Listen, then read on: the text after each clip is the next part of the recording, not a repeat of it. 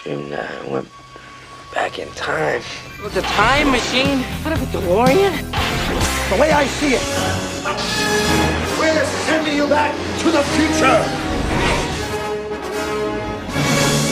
Hello friends, welcome back to the my channel. और आज मैं आप लोगों के लिए 90s की बेहतरीन sci-fi time travel movie back to the future explain करूंगा, जिसमें आप देखेंगे कि कैसे एक लड़का टाइम ट्रेवल करके पास्ट में 1955 में पहुंच जाता है। वहां पे की गई एक छोटी गलती के कारण उसकी पूरी ज़िंदगी बदल जाती है। अब दोस्तों, वीडियो शुरू करने से पहले अगर आपको टाइम ट्रेवल मूवीज़ देखना पसंद है तो आप मेरे चैनल को ज़रूर से सब्सक्राइब कर लें, क्योंकि मैं आगे और भी टाइम ट्रेवल मूवीज़ की वीडियोज़ लाने वाला हूँ। वहीं मैंने टाइम ट्रेवल मूवीज़ पे कई वीडियो बनाई है, जिसकी लिंक आपको डिस्क्रिप्शन में मिल जाएगी। आप वहां से वो सारी वीडियो ट्राई कर सकते हैं। तो चलिए दोस्तों, शुरू करते हैं आज की वीडियो को। अब मूवी की शुरुआत में हमें मार्टी नाम के टीनेजर लड़के को दिखाया जाता है, जो हिल वैली कैलिफोर्निया में अपनी फैमिली के साथ रहता है। अब हमें दिखाया जाता है कि मार्टी के पिता, जिनका नाम जॉर्ज होता है, वो बचपन से ही एक डरपोक टाइप के इंसान थे, जिसकी वजह से वहाँ के सभी लोग उन्हें बुली किया करते थे। जिसमें बिफ नाम का एक आदमी भी होता है, जो कि उनके कॉलेज टाइम का दोस्त होता है। वहीं दूसरी तरफ जॉर्ज की ऐसी हालत होने के कारण उनकी माँ भी डिप्रेशन में रहती है। इसीलिए मार्टी ज़्यादातर अपने दोस्त डॉक्टर एमिट एल ब्राउन के यहाँ रहता है, जिन्हें वो डॉग कह करके बुलाता है। अब दोस्तों, मूवी के अगले ही सीन में मार्टी डॉग को ढूंढते हुए उसके घर पहुँचता है, पर वहाँ पे डॉग नहीं होते हैं। उसी दौरान मार्टी के पास डॉग का कॉल आता है। वो डॉग से पूछता है कि आखिर वो कहाँ पर है, पर वो उसे कुछ भी क्लियर नहीं बताते हैं। इसके बाद ये सीन यहीं पे कट हो जाती है और अब अगले ही सीन में हम मार्टी को स्कूल जाते हुए देखते हैं और वहाँ उसकी मुलाकात जेनिफर से होती है, जो कि उसकी गर्लफ्रेंड होती है। और उन दोनों की बातचीत के दौरान हमें पता चलता है कि मार्टी ने स्कूल के गिटार फंक्शन में हिस्सा लिया है, क्योंकि वो एक मशहूर गिटारिस्ट बनना चाहता है। मार्टी को उस गिटार फंक्शन में फेल कर दिया जाता है, जिस पर जेनिफर कहती है कि तुम हार मत मानो, पर एक दिन तुम बहुत ही अच्छे गिटारिस्ट बनोगे। अभी वहाँ पे जेनिफर के पिता आ जाते हैं, जिसके बाद जेनिफर उनके साथ वहाँ से चली जाती है। और अब अगले ही सीन में हम देखते हैं कि डॉग के घर पे ना होने के कारण मार्टी अपने ही घर पे सो रहा होता है, और तभी वहाँ पे डॉग का कॉल आता है और वो मार्टी को ट्विन पाइन्स मॉल में बुलाता है। जिसके तुरंत बाद मार्टी वहाँ से निकल करके ट्विन पाइन्स मॉल पहुँचता है। वहाँ पहुँच करके मार्टी देखता है कि डॉग एक ट्रेलर के बाहर से एक कार निकालते हैं, जहाँ पे हमें पता चलता है कि ये कार एक टाइम मशीन है। और इसी टाइम मशीन की टेस्टिंग के लिए डॉग ने मार्टी को यहाँ बुलाया होता है। और अब डॉग मार्टी से यह सब कुछ रिकॉर्ड करने के लिए बोलते हैं, जिस पर मार्टी तैयार हो जाता है। जिसके बाद डॉग टाइम मशीन में कुछ प्लूटोनियम डालते हैं, जिस पे मार्टी सवाल करता है कि आपको ये प्लूटोनियम कहाँ से मिला, क्योंकि ये हर जगह नहीं मिलता है। जिस पे डॉग बताते हैं कि मैंने इसे लीबियन टेररिस्ट से चुराया है। जिसके बाद वो लोग टाइम मशीन का टेस्ट करने के लिए डॉग अपने कुत्ते, जिसका नाम आइंस्टीन होता है, उसे टाइम मशीन में बैठा देता है और उसके गले में एक घड़ी डाल देता है। जिसके बाद वो लोग टाइम मशीन को स्टार्ट करते हैं और जैसे ही कार 88 माइल्स पर आवर की स्पीड पे जाती है, कार गायब हो जाती है और ठीक 1 मिनट के बाद वो टाइम मशीन वापस आ जाती है। जिसके बाद डॉग उसके गले में लगी घड़ी को चेक करता है, जो कि 1 मिनट पीछे होती है। जिसके बाद डॉग की खुशी का ठिकाना नहीं होता है, क्योंकि उनका ये एक्सपेरिमेंट कामयाब था। उन्होंने सक्सेसफुली एक टाइम मशीन बना ली थी और अब डॉग फ्यूचर में जाने के लिए रेडी था। जिसके बाद वो मार्टी को टाइम मशीन के अंदर बुलाता है और बताता है कि वो टाइम मशीन कैसे चलती है। इसके बाद वो टाइम मशीन की स्क्रीन पे समय टाइप करता है, जो कि होता है नवंबर 5, 1955। और अब डॉग मार्टी को सब कुछ बता ही रहा होता है कि तभी वहाँ पे लीबियन टेररिस्ट आ जाते हैं, जो कि उसके ऊपर हमला कर देते हैं, क्योंकि डॉग ने उनका प्लूटोनियम चुराया था। और अब वो दोनों अपनी जान बचा के इधर उधर भाग रहे थे और इसी दौरान लीबियन टेररिस्ट डॉग को गोली मार देते हैं, जिसकी वजह से डॉग वहीं पे मर जाते हैं। वहीं दूसरी तरफ मार्टी अपनी जान बचा के इधर उधर भाग रहा था और अब कोई और रास्ता ना होने पर वो तुरंत ही टाइम मशीन में बैठ जाता है और आगे भागने लगता है। तभी मार्टी जब उस कार को 88 माइल्स पर आवर की स्पीड पे चलाता है, टाइम मशीन एक्टिवेट हो जाता है और देखते ही देखते वो टाइम ट्रेवल करके 1955 में पहुंच जाता है। वहाँ पहुँच करके मार्टी को लगता है कि मैं एक सपना देख रहा हूँ, पर उसे जल्द ही अंदाजा हो जाता है कि वो रियली में 1955 में है। इसीलिए वो टाइम मशीन को वहीं छुपा देता है, जहाँ पे फ्यूचर में उसका घर है।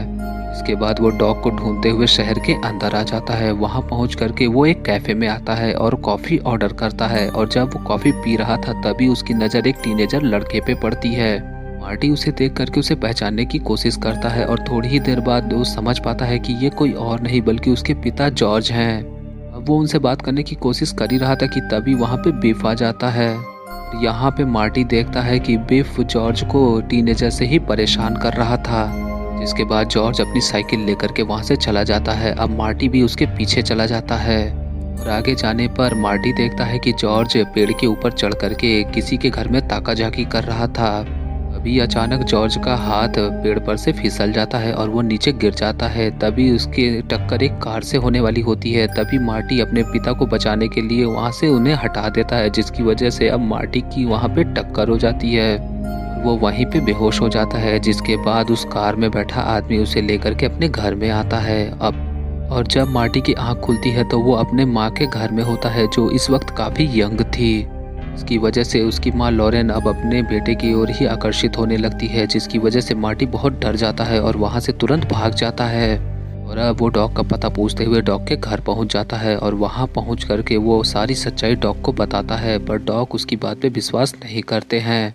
और जब मार्टी अपने द्वारा की गई रिकॉर्डिंग को डॉग को दिखाता है तब उसे विश्वास हो जाता है कि मार्टी सही कह रहा है। जिसके बाद डॉग मार्टी को फ्यूचर में भेजने की तैयारी करने लगता है। उसी दौरान डॉग की नज़र मार्टी के पास रखे एक फोटो पे पड़ती है, जिसमें उसके भाई बहन की तस्वीर थी। डॉग नोटिस करता है कि मार्टी के भाई की शक्ल धीरे धीरे गायब हो रही है। अब ऐसा इसलिए था कि मार्टी ने गलती से अपने पिता और माँ के फर्स्ट मीटिंग को इंटरप्ट कर दिया था, जिसकी वजह से उसके माता पिता एक दूसरे से मिल नहीं पाए। क्योंकि जिस कार से मार्टी की टक्कर हुई वहाँ पे जॉर्ज को होना चाहिए था। अब ये जान करके डॉग मार्टी से कहता है कि तुम्हें यहाँ बहुत संभल करके रहना होगा और तुम्हें हर किसी से बहुत ही कम बात करनी है।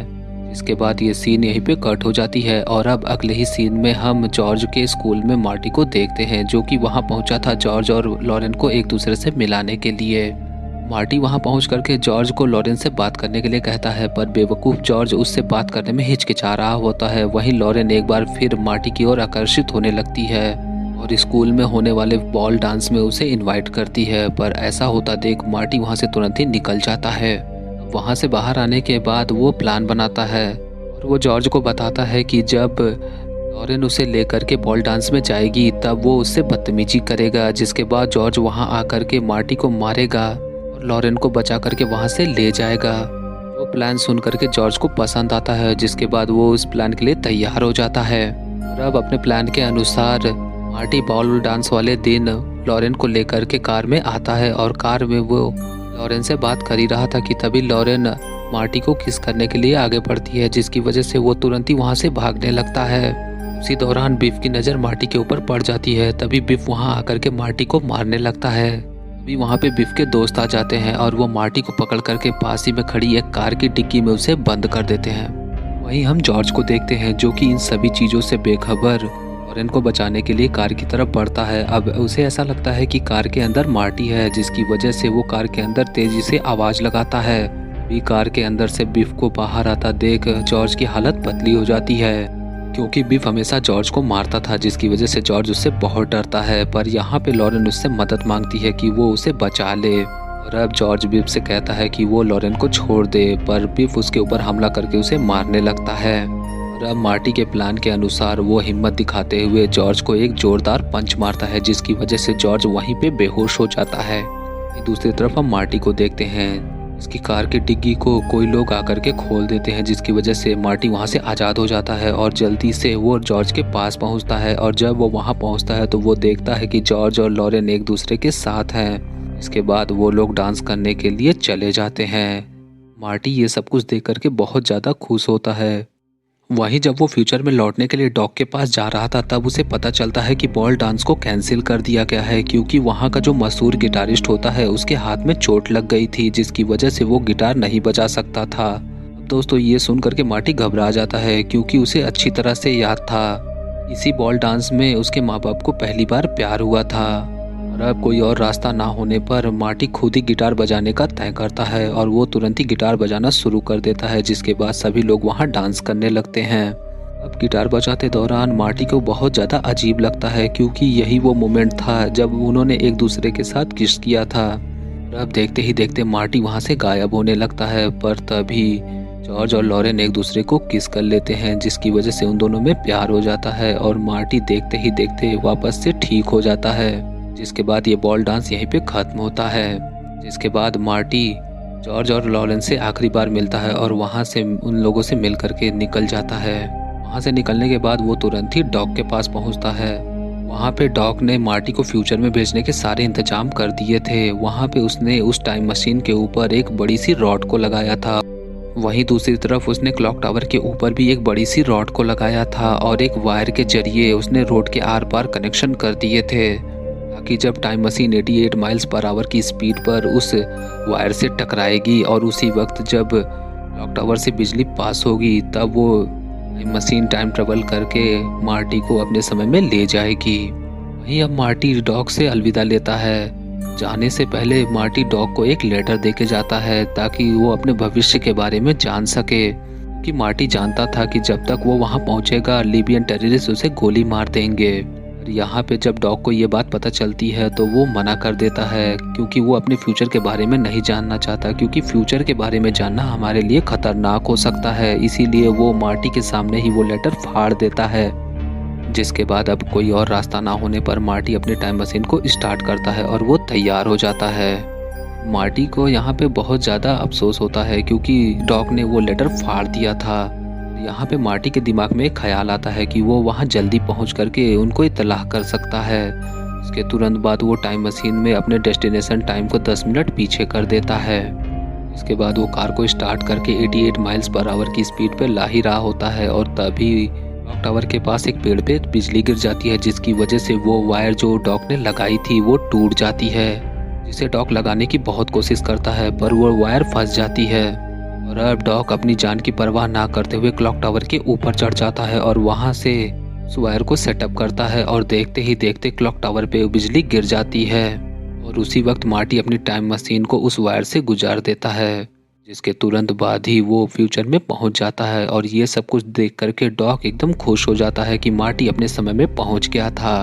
इसके बाद ये सीन यहीं पे कट हो जाती है। अब अगले ही सीन में हम मार्टी को देखते हैं जो कि अपने फ्यूचर में पहुंचने के बाद तुरंत फिर से कार को स्टार्ट करता है, पर उसकी कार बंद पड़ जाती है। इसीलिए वो डॉग को बचाने के लिए पैदल ही वहाँ से दौड़ते हुए पहुँचता है। जब तक वो ट्विन पाइन्स मॉल पहुंचता है लीबियन टेररिस्ट उसे फिर से गोली मार देते हैं। ये देख करके मार्टी फिर से उदास हो जाता है। वहीं दूसरी तरफ मार्टी अपने पास्ट वाले वर्जन को फ्यूचर में जाते हुए देखता है और जैसे ही वो फ्यूचर में चला जाता है प्रेजेंट टाइम का मार्टी डॉग के पास आता है और उसे मरा देख करके फिर से रोने लगता है और तभी अनजान कारण से डॉग उठ के बैठ जाता है।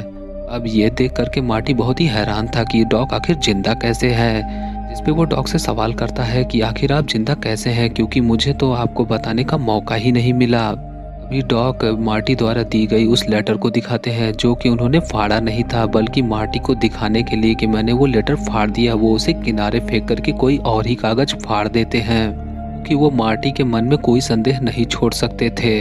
वहीं डॉग को ये भी जानना था कि पास्ट में हो रही एक एक घटना का फ्यूचर पे क्या इफेक्ट पड़ता है, जिसके बारे में अब डॉग को सब अंदाजा हो गया था। जिसके बाद डॉग मार्टी को वहां से उसके घर छोड़ देते हैं और उसे घर छोड़ने के बाद डॉग कहीं फ्यूचर में बहुत दूर निकल जाते हैं। इसके बाद हमें अगले दिन सुबह का वक्त दिखाया जाता है जब मार्टी अपने नींद से उठता है और जब वो गैराज चेक करता है तो वहाँ पे उसे एक नई कार दिखाई देती है जो कि उसके माता पिता ने मार्टी के लिए खरीदी थी। उसी दौरान मार्टी की नज़र अपने माता पिता पे पड़ती है, जिन्हें देख करके वो हैरान रह जाता है क्योंकि उसके पिता अब एक बहादुर इंसान थे, वहीं उनकी माँ अब डिप्रेशन में नहीं थी क्योंकि मार्टी ने पास्ट में जाकर के सब कुछ बदल दिया था।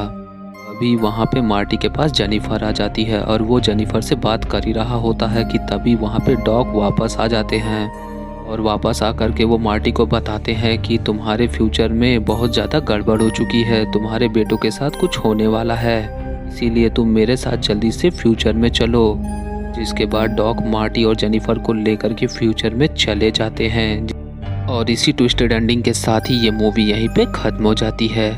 दोस्तों इसका सेकंड पार्ट मैं कल दोपहर 2 बजे अपने चैनल पे अपलोड कर दूंगा, इसीलिए मैं गुजारिश करता हूं कि आप मेरे चैनल को ज़रूर सब्सक्राइब करें ताकि जब मैं वो वीडियो डालूं तो उसका नोटिफिकेशन आपको तुरंत मिल जाए। वहीं अगर आपको ये वीडियो पसंद आई हो तो इसे लाइक और शेयर ज़रूर करें और आपको ये वीडियो कैसी लगी इसके बारे में हमें कमेंट करके ज़रूर बताएं। वहीं अगर आपको मेरी मेहनत अच्छी लगती है तो मेरे चैनल प्रोफाइल में जाकर के मेरी बाकी वीडियोस को ज़रूर ट्राई करें। वीडियो अच्छा लगे तो वीडियो को लाइक और शेयर जरूर करें और आने वाली वीडियोस की नोटिफिकेशन पाने के लिए हमारे चैनल को जरूर सब्सक्राइब करें। मिलूंगा आपसे अगली वीडियो में, तब तक के लिए गुड लक।